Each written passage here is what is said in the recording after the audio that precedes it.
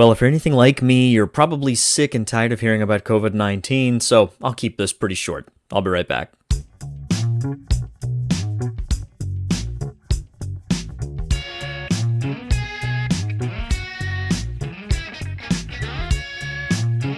Hello, hello, hello, friends of the Gracious Guest Show. This is the Gracious Guest Show. You have tuned in to this program where we look at all things wonder, intersection of faith and culture, movie reviews, book reviews, musings, that sort of thing. It's pretty wide-ranging because I am your host, Mike Reevey, a guy who is interested in those things and many other things, and really likes to ask questions about really what the bigger picture is, what the meaning of life is, and lest you think that this is some sort of highfalutin philosophy up in the clouds, theology that no one can really relate to, we really look at sometimes seemingly mundane stuff on this program precisely because it's like God has sort of put his fingerprints on those things, that there's actually evidence of God, evidence of our connection with him and each other, and evidence of all sorts of important things about our role in life, our journey through this life, our place in this universe and beyond, oftentimes hidden right in plain sight. So that's what this program is really set to explore. And with that in mind, I wanted to do one of my countdown series. And this time I thought, okay, how do I put this? I'm not trying to bandwagon here, and I don't really want to, I want to be careful. I don't want to come across as pontificating. I certainly don't want to come across as someone who has, incredibly insightful answers to this pandemic that we're experiencing right now at the time of this recording. What I've been doing is I've been just basically doing what everybody else is doing, just kind of getting through it. And what I hope is that through this experience, and just speaking for myself, that I can come out of it better than I went into it. And, if that sounds like wishful thinking, well, I understand that, but I just keep coming back to this attitude of what choices do I really have? I've nothing to do whatsoever in any kind of big way with the sort of healthcare system, national security, governmental decisions, church decisions. I don't even have that as much as I might want to have to do sometimes with local decisions. So I just feel like, and from the get-go of all of this, I have been trying to focus on a couple things, namely doing my best not to panic, doing my best to help my family to not panic or to be filled with any kind of fear, and instead to just sort of focus on what we can sort of focus on, what we can handle, what we can do something about, okay? So with that in mind, I want to share what I call Mike's Top 5 COVID-19 Musings. In no particular order, I just want to go through basically 5, and they all interrelate, of course, 5 observations, 5 questions maybe, or topics I would suggest we consider. I'm by no means pretending to be the one who came up with all these, but these, as I see it, are enormously important, again, questions, concepts, principles, that kind of thing, that I'm trying to sort of weigh everything through. I'm trying to read the tea leaves, so to speak, with some of this, again, as much as anybody else. So that's all I want to do. I just want to share these with you. I'm not telling you what to think. I'm not telling you what to do. I just want to get my 2 cents in here, and, that's it. I don't want to do another COVID show, quite frankly, if I can avoid it. So, number 1, fear is useless. I mean that. It's utterly useless. And the idea that, unfortunately, we saw and continue to see an awful lot of fear-mongering, fear purchasing. I mean, the toilet paper was gone right away. And this disease doesn't seem to have anything to do with any of the bowels activity, So it was just, we saw, in some sense, you saw from the ridiculous to the shameful with people hoarding for no reason, and just that kind of stuff that aggravates us. fear and panic, blame, the human attempt to find a reason why. So, you have certain media outlets, oh, it's all the, this person's fault, it's that person's fault, it's the president's fault, it's China's fault, it's this, and all it does, as far as I can tell, is just nothing that's useful, nothing that's helpful, nothing that builds up the human spirit, nothing necessarily that even does anything to help prevent, or the spread of the disease. Certainly nothing that helps us be better humans, treat our neighbors better. So, you get to the point where you're wandering around the grocery store and, if you scratch your nose, you can have someone stare at you like you're the bearer of the plague. So just fear and suspicion and anxiety and panic and catastrophizing. It's just useless. It's no good. There's no hope down that road when we let that control us. And listen, guys, again, I'm not pontificating. I have been as immersed in this as anybody. I've had good days and bad days. I've had really dark days through all of this of just being overwhelmed. So what I'm saying is I'm with you. And my pastor made a really good point in his homily this past week where he said, I thought this was a good point. He said, it's Easter time and Jesus, we see be not afraid, do not be afraid. But that does not mean the same thing as you have nothing to fear. And I thought that was a really good point. There are scary things happening, and there is, in a sense, reason to be afraid. With that kind of in view, I would actually push back against FDR's famous quote, "We have nothing to fear but fear itself." I don't think that's true. Okay? If you're in the if you're in the jungle, it is the smart thing to be afraid of, a python that's trying to get you, or some sort of lion. Okay, it makes sense to be afraid of something that is threatening. The question is, what do we do with the fear? Do we embrace it? Do we fuel it? Do we continue to go to those websites over and over and over and over again that really, if we're honest, we know is just going to fill us with fear? So there are certain websites, certain news sites, certain sites that I have made a deliberate effort for going on 2 months now to refuse to ever even acknowledge, look at, or hear about, because it's pointless and does nothing. So that's just the first thought. Fear is useless. We really need to always try to do whatever we can to work together to resist that, and certainly not try to gin it up. Secondly, this is an important one. I want to be careful. I don't want to go into too much depth, but very important. Power is potentially dangerous. Now, I'm not here to tell you what I think governors should or should not do, what presidents should or should not do, by name, by party. That's not the point of this program. But principles are. And I just want to raise a few questions for us to think about.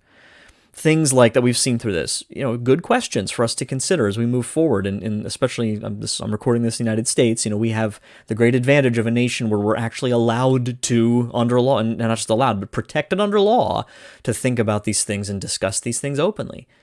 And if we get enough support and we want to change a law, or we want to remove someone from office and put someone else in office, we can do that. And we should take that seriously. So we should ask questions like, who gets to say if your job is essential or not? Who gets to define that? Why? What's their criteria for that? That's important, right? Something we never thought about before. Are our representatives, our governmental representatives, our governors, our president, are they our bosses? Or are they, despots? So, in some cases, do they just get absolute authority to do whatever they want? Or is there more in play here? Or are they rather our chief servants? Do they serve us, right? Think of the Constitution, the will of the people, and all this kind of stuff. Like, these are important for in the American context, important things to think about, important things to ask. Very important, because here's the reason, okay? Now, you may or may not agree with shutdowns. You may or may not agree with other things that have been going on. You may think that everything has been just great with the way it's been handled. There's all sorts of opinions. My only point, I guess, is this. When they say, and I just use that very broadly, right?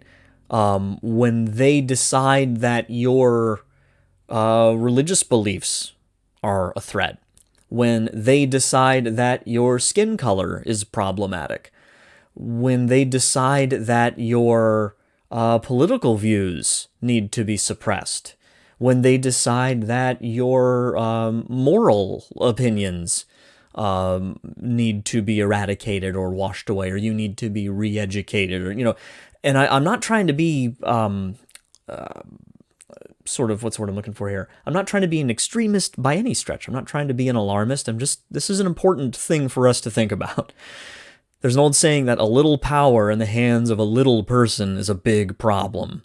And the idea there is that because of our sinful nature, it is our tendency to abuse power, even if we don't mean to. And I'm not doubting sometimes people have the best intentions, but there's a great line. It's a terrible movie, but a great line in Jurassic Park 3. Terrible movie. But he said something about having the best intentions, and the other character says some of the worst things in history have been done with the best intentions. So just word of caution, something to think about, something to pray about, something to, roll around in your mind as we move forward, as we have more elections in the future, as different political seasons come up.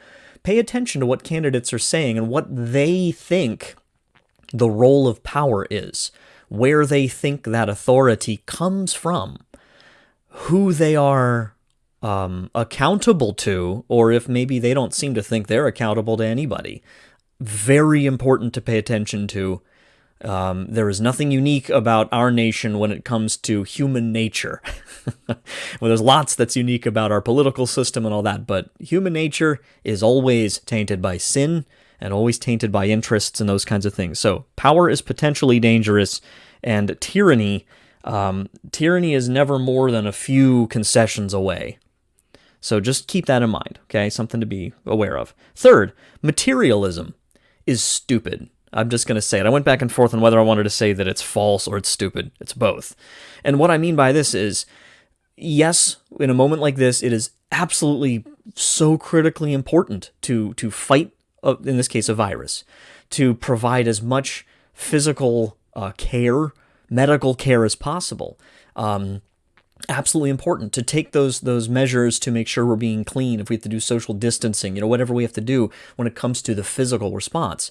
But it is stupid to pretend that the only thing about a human being is our body. We are not strictly material things, and everybody knows it, whether you want to admit it or not. And you know how we know that? Because the data that inevitably shows up in moments like this, that whenever you have maybe, you can have a high degree of physical comfort, physical health, physical, whatever, or just, protection in this case. Maybe we're not doing great, but at least we're, protecting ourselves from, physical ailment in this case. But how's everybody's psyche doing? What's the psychological health looking like right now, right? I mean, what's our social health looking like? Social distance. Well, you know what? We are, again, I want to be clear. I'm not saying that we shouldn't be social distancing. What I'm saying is we are fooling ourselves if we think that we can just go on like this forever. You know why? Because part of what it means, an essential aspect of what it means to be human, is to not just visit each other through Zoom all the time. Zoom is great. Okay, podcasts are great, technology's great, but one of my greatest prayers in all of this is that we wake up to the reality that's been building up for a long time before coronavirus showed up.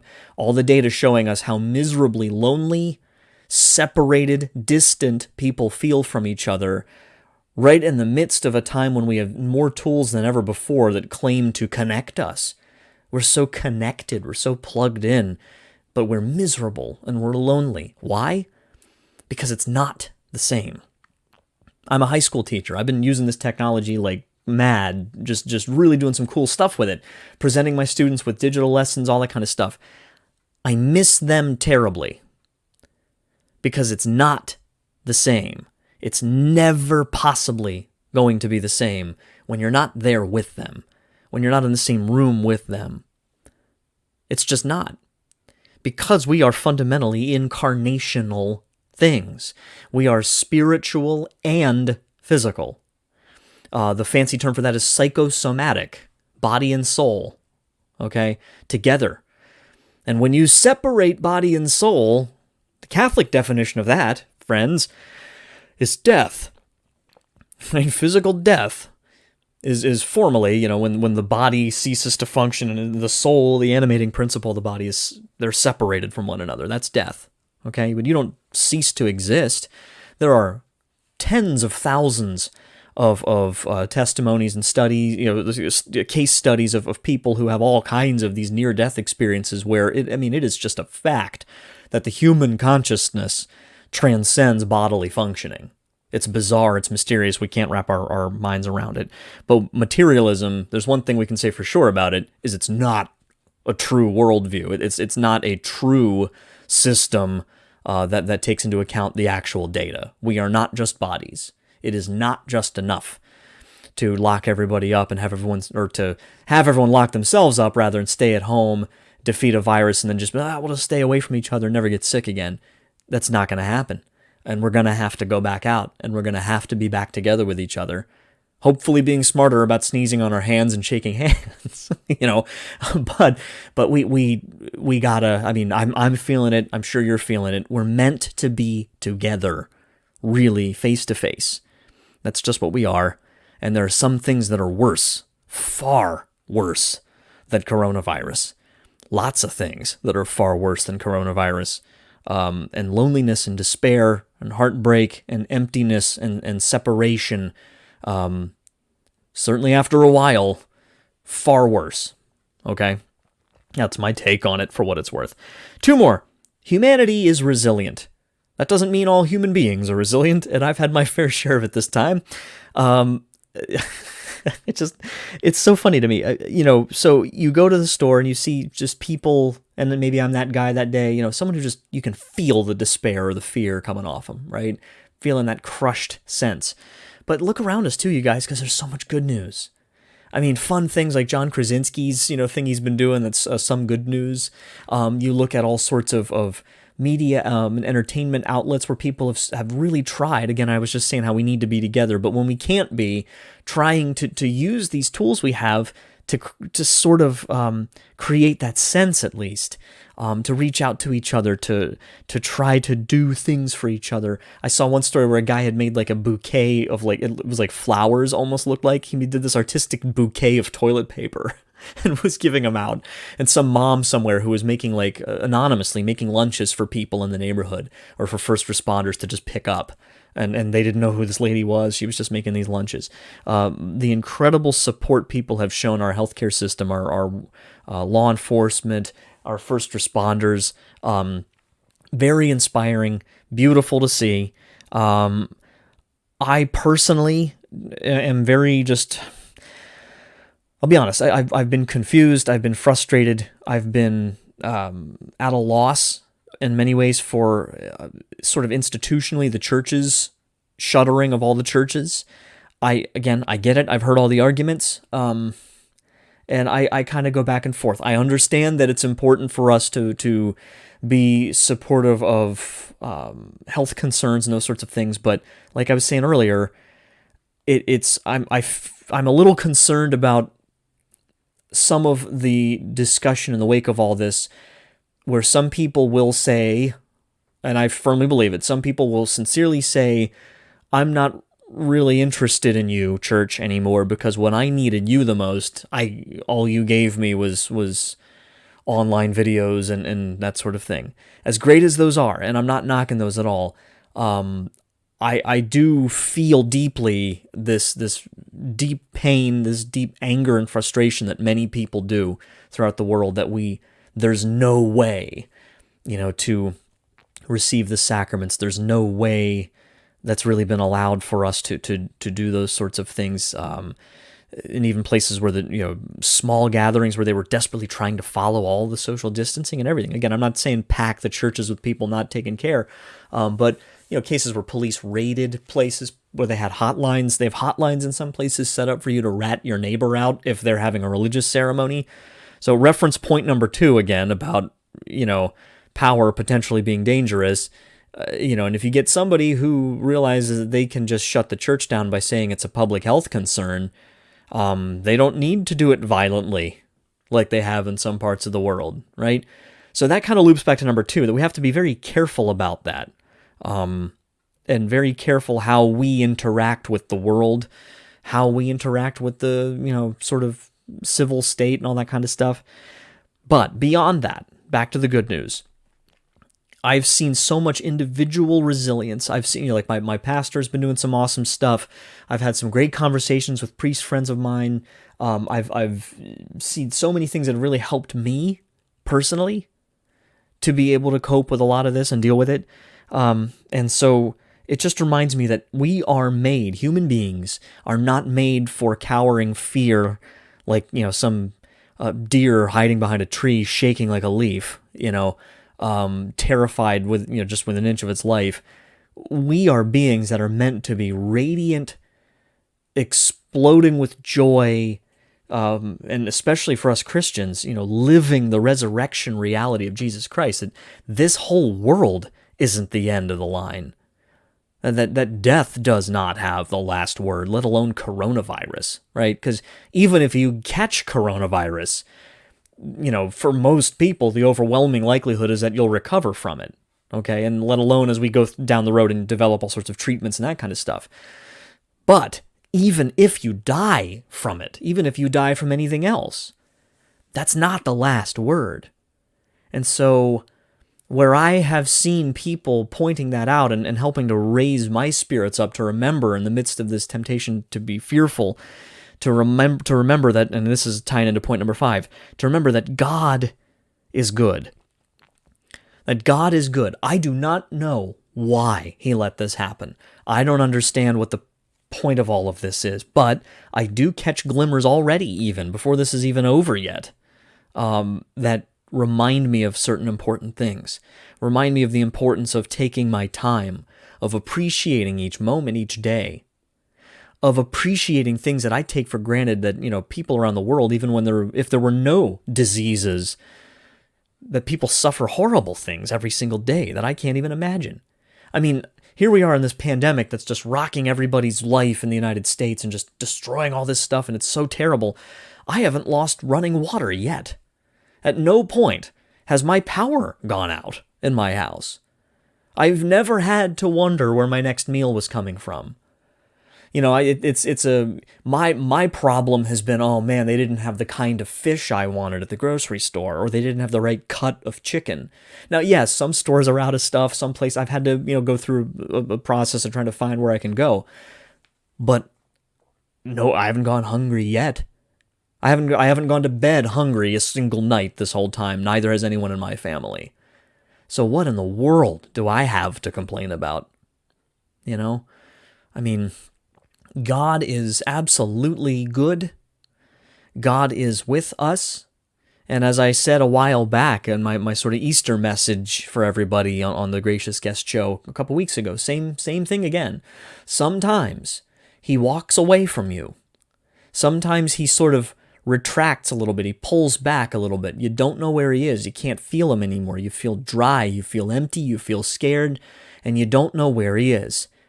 And you get upset and you yell, God, where are you? Where are you in this? How could you let this happen? But what he does is he walks away from you once in a while. He walks away from me once in a while precisely so that I will follow him. You will be met by, fear, loss, all those kinds of things. And that might just be what we need to walk away mentally, walk away in our hearts from something, some attitude, some habit, some perspective that I didn't even realize maybe was just eating me alive, destroying me, filling me with complacence, cutting me off from my neighbor, focusing me entirely only on myself. Every now and then he sort of takes the candy away a little bit. He sort of pulls back a little bit for your own good, for my own good. And he does it in mysterious ways that sometimes even seem maybe even cruel to us, so that we don't understand. But Just as I have learned as a dad of a young daughter and another one on the way here in a couple of weeks. Keep that in your prayers, please. I have learned firsthand how, and this is like a daily thing, where maybe even most of the time, I do stuff that I need to do to protect Noelle or to teach her something, and she'll get furious at me. She'll go nuts. She'll scream and yell and, Daddy, you're hurting me, as I'm drying her hair so she doesn't catch cold. You know what I mean? Like, so sometimes there's some things that might hurt a little bit or might be a little uncomfortable is the better word. But to her, the only way she knows how to express it, Daddy, you're hurting me. I'm not hurting you. Or when you have to pull a splinter out. Yeah, it hurts, but it doesn't hurt as much as the infection that can come later if you don't handle this. Well, friends, if it's that true with things like splinters and drying your hair, and coronavirus for that matter, how much more true is it for our spirit, for our souls? And we are living in a culture that is so riddled with addiction and selfishness and spiritual death everywhere that we just are blind to and just want to pretend doesn't exist. That we're killing ourselves or killing our souls every day with this in so many ways. So I don't know, guys. My guess is as good as yours, but I deeply believe, and it's only been strengthened through this, that there are uncountable ways, even in just your life, that this one pandemic, that God can use it to save your soul. And that's the most important thing. So, that's all I have to say. Mike's top 5 COVID-19 musings, maxims, whatever you want to call them. Like I said, I have my own beliefs, my own opinions for sure. We all do. Okay, nobody's 100% objective. Like you can just be detached from everything. But I have desperately been trying to fight against the narratives, the templates, the negativity, the pointless, useless, oftentimes mindless and mean-spirited, wicked, sometimes, kind of narrative in the media and all that kind of stuff that just completely ignores what I think are some of the most important things about all of this. So I just wanted to chime in a little bit. That's my 2 cents. I did it in less than a half an hour. Yay. So God bless you guys. I'm praying for all of you. Pray for us. I'll keep you posted. The next episode of this program, God willing, here not too long, I'm planning a little special surprise. A special interview with some very special folks. And that's all I'm going to say. So you're going to have to wait and see. Probably going to air in early June. I'm going to probably have to do this show. I'm shooting for once a month. And maybe twice a month. I'm not going to necessarily pin myself down too much to the bi-weekly thing. With a baby on the way, as you can imagine, it's getting pretty crazy around here. So God bless you all. Thank you for tuning in to The Gracious Guest Show. I'm your host, Mike Creevy. Website, as always, is thegraciousguest.org. You can shoot me an email over at thegraciousguest@gmail.com or just use the form on the website. Subscribe to the podcast. Please spread the word. Also, if you could subscribe to my YouTube channel as well. Got some great teaching content over there and some videos. I've been doing a lot more there lately. And I'm working on some writing projects and all sorts of cool stuff. So spread the word far and wide if you could. God bless you guys. And until next time, please do not forget to wonder. Take care.